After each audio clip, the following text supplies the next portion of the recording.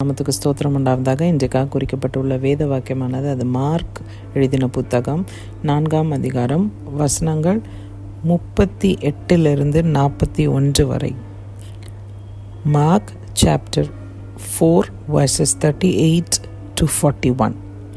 கப்பலில் பின்னணியில் அவர் தலையணையை வைத்து நித்திரையாயிருந்தார். அவர்கள் அவரை எழுப்பி, போதகரே, நாங்கள் மடிந்து போகிறது உமக்கு கவலை இல்லையா என்றார்கள். அவர் எழுந்து காற்றை அதட்டி கடலை பார்த்து, இறையாதே, அமைதலாய் இரு என்றார். அப்பொழுது காற்று நின்று போய் மிகுந்த அமைதல் உண்டாயிற்று. அவர் அவர்களை நோக்கி, ஏன் இப்படி பயப்படுகிறீர்கள்? ஏன் உங்களுக்கு விசுவாசம் இல்லாமல் போயிற்று என்றார். அவர்கள் மிகவும் பயந்து, இவர் யாரோ, காற்றும் கடலும் இவருக்கு கீழ்ப்படுகிறதே என்று ஒருவரோடொருவர் சொல்லி கொண்டார்கள். அதே இன்றைக்கும் ஆண்டவர் உங்களோட என்னோடைய ரொம்ப அழகான ஒரு விஷயத்தை குறித்து பேச விருப்பப்படுறார். நம்மளோட வாழ்க்கைன்ற கப்பலில் ஆண்டவர் நம்மளோட தான் ட்ராவல் பண்ணிட்டு வராருன்றதை இன்றைக்கி உங்களுக்கு ஞாபகப்படுத்த விரும்புகிறார் ஆண்டவர். இந்த வசனத்தை நம்மளுக்கு எல்லாருக்கும் தெரிஞ்ச வசனம், ஆனால் ஆண்டவர் நம்மளோட இன்றைக்கி பேச வேண்டிய ஒரு விஷயத்தை அந்த வசனம் மூலமாக பேசுகிறார் அப்படின்னா இன்றைக்கி உங்களுக்கு தாங்க அதை பேசுகிறார். நீங்கள் தான் காலையில் எழும்பணுன்னு புலம்புறீங்களா?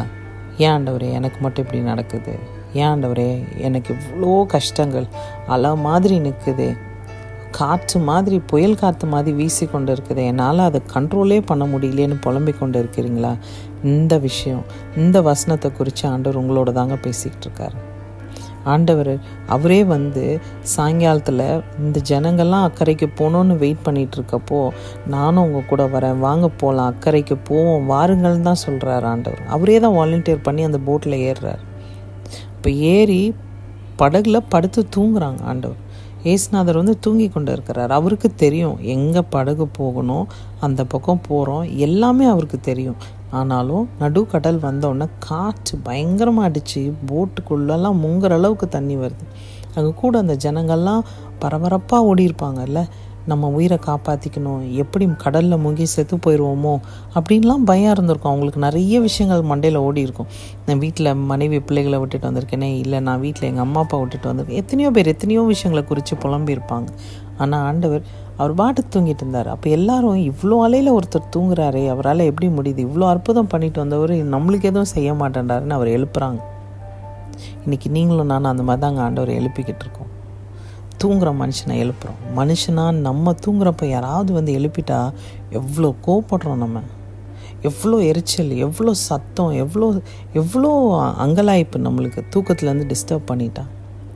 சாதாரண மனுஷங்க நம்மளுக்கே இவ்வளோ கோவம் வருதுன்னா ஆண்டவர் கொஞ்சம் யோசிச்சு பாருங்களேன். அவர் கொஞ்சம் ரெஸ்ட், ஊழியம் முடிச்சுட்டு வராரு, கொஞ்சம் ரெஸ்ட் எடுக்கலான்னு அந்த போட்டில் படுக்கிறார். அப்படி எப்படிங்க நம்மளை வந்து முங்க விட்டுருவார் ஆண்டவர்? அந்த ஒரு நம்பிக்கை ஏன் அந்த ஜனங்களுக்கு அன்னைக்கு இல்லை? எழுப்பினோன்னு ஏன் என்னை எழுப்பிட்ட, என்னை எதுக்கு எழுப்புனா ஆண்டவர் கோவமே படல. ஆண்டவர் நம்மளுக்கு எப்படி வாழணுன்றதை வாழ்ந்து காமிச்சிருக்காரு. நம்ம எல்லாத்துக்கும் கோவப்படுறோம், எல்லாத்துக்கும் எரிஞ்சு விழுறோம், எல்லாத்துக்கும் தேவையில்லாத வார்த்தைகளை விட்டு நம்ம பேசுகிறோம். ஆனால் ஆண்டவர் இன்னைக்கு நம்மளுக்கு கற்றுக் கொடுக்குற ஒரு விஷயம், எந்த ஒரு சூழ்நிலையிலையும் நம்ம கோவப்படாமல் இருக்கணுங்க. ஆண்டவர் எழும்பி அவங்க கேட்டதுக்கும்படி அவங்க என்ன சொன்னாங்க, இந்த கடல் காற்று இவ்வளோ பண்ணுது, ஏதாவது ஒன்று செய்யுங்க. அவங்க நினச்சி பார்த்துருக்க மாட்டாங்க. அவங்க என்ன நினச்சிருப்பாங்க, அந்த போட்டை முங்க விடாமல் அப்படியே மேலாக்க தண்ணியிலே மிதந்து அக்கறைக்கு கூட்டிகிட்டு போயிடுவார்னு அவங்க நினச்சிருப்பாங்க. ஆனால் அவங்க நினச்சதுக்கு எதிர்மறையாக ஆண்டவர் என்ன பண்ணார், அந்த காற்றையும் அந்த அலையும் அதட்டினார். உரத்த சத்தத்தோடு அதட்டி அதை அமைதிப்படுத்தினார். ஒரே ஒரு வார்த்தை தான் சொன்னார், இறையாதே, அமைதலாயிரு. கோவமாக தான் எழுப்பி சொல்லியிருப்பார். அவர் மேலே நம்பிக்கை இல்லாதது அவருக்கு முதல் வருத்தமாக இருந்திருக்கும். ரெண்டாவது, தூக்கத்துலேருந்து எழுப்பிட்டாங்களேன்னு ஒரு கோவமும் இருந்திருக்கும். ஆனால் அந்த கோவத்தை அவங்க மேலே காமிக்கல. அவங்க சொன்னதுக்கு கீழ்ப்படிஞ்சு அமைதலாக இருன்னு காற்றையும் அலையும் அதட்டிட்டார். ஆண்டவர் அதட்டின அடுத்த நிமிஷம் அது அப்படியே அமைதலாயிடுச்சு.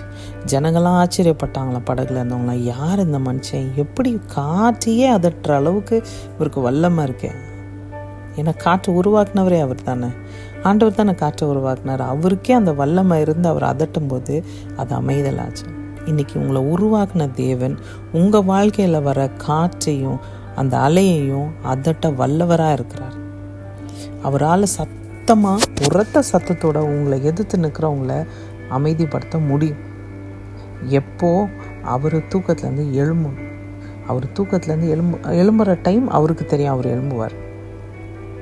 நம்ம உட்காந்துக்கிட்டு ஏன் ஆண்டவரே எனக்கு மாத்திரம், ஏன் ஆண்டவரே என்னை மாத்திரம் இப்படி பண்ணுறீங்க, அவங்கெல்லாம் நல்லா இருக்காங்க, எனக்கு மட்டும் ஏன் இப்படி நடக்குது, கேள்வி கேட்காதீங்க. அப்படி கேள்வி கேட்குற ஆளாக இருந்தால் இன்றைக்கி ஆண்டவர் உங்களோட கூட பேசி கொண்டு இருக்கிறார். எனக்கு மட்டும் ஏன் இந்த தோல்வி, எனக்கு மட்டும் என் வாழ்க்கை உடஞ்சி போயிருக்கு, மற்றவங்களாம் நல்லா இருக்காங்களே, மனைவி பிள்ளைங்கன்னு சந்தோஷமாக இருக்காங்களே, நான் என் மனைவியை விட்டு பிரிஞ்சிருக்கேனே, நான் என் கணவரை விட்டு பிரிஞ்சிருக்கேனே, ஏன் என் கணவர் என் சொல் பேச்சே கேட்க மாட்டேன்றார், ஏன் என் மனைவி சொல் பேச்சே கேட்க மாட்டேன்றாங்க, ஏன் என் பிள்ளைங்க என்னை மதிக்கவே மாட்டேங்க. இன்றைக்கி நீங்கள் இப்படி 1000 கேள்விகளோடு உட்காந்து கொண்டு இருக்கீங்களா? இன்றைக்கி ஆண்டவர் உங்கள் இடத்துல தாங்க பேசுகிறார். ஆண்டவர் உங்கள் வாழ்க்கையில் உள்ள அலைகளை அதட்டி அமைதிப்படுத்துவார். அவர் எழும்பி சொல்கிறதுக்கு ஆயத்தமாக இருக்கார். நீங்கள் அவர் மேலே விசுவாசம் வைக்க ஆயத்தமாக. உங்கள் படகுல ஏறின ஆண்டவருக்கு உங்களை அக்கறைக்கு கொண்டு போய் விட அவருக்கு தெரியும். அவர் கூட்டிகிட்டு போகிறார்.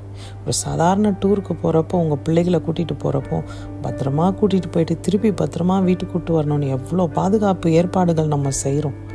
நம்மளே உலக பிரகாரமான அப்பா அம்மா நம்மளே இவ்வளோ செய்கிறப்போ, நம்மளை உருவாக்குன தேவன், ஆவிக்குரிய தகப்பன் நம்மளை எவ்வளோ பத்திரமா பாதுகாப்பார், எவ்வளோ பத்திரமா நம்மளை அக்கறைக்கு கொண்டு போய் சேர்ப்பார்.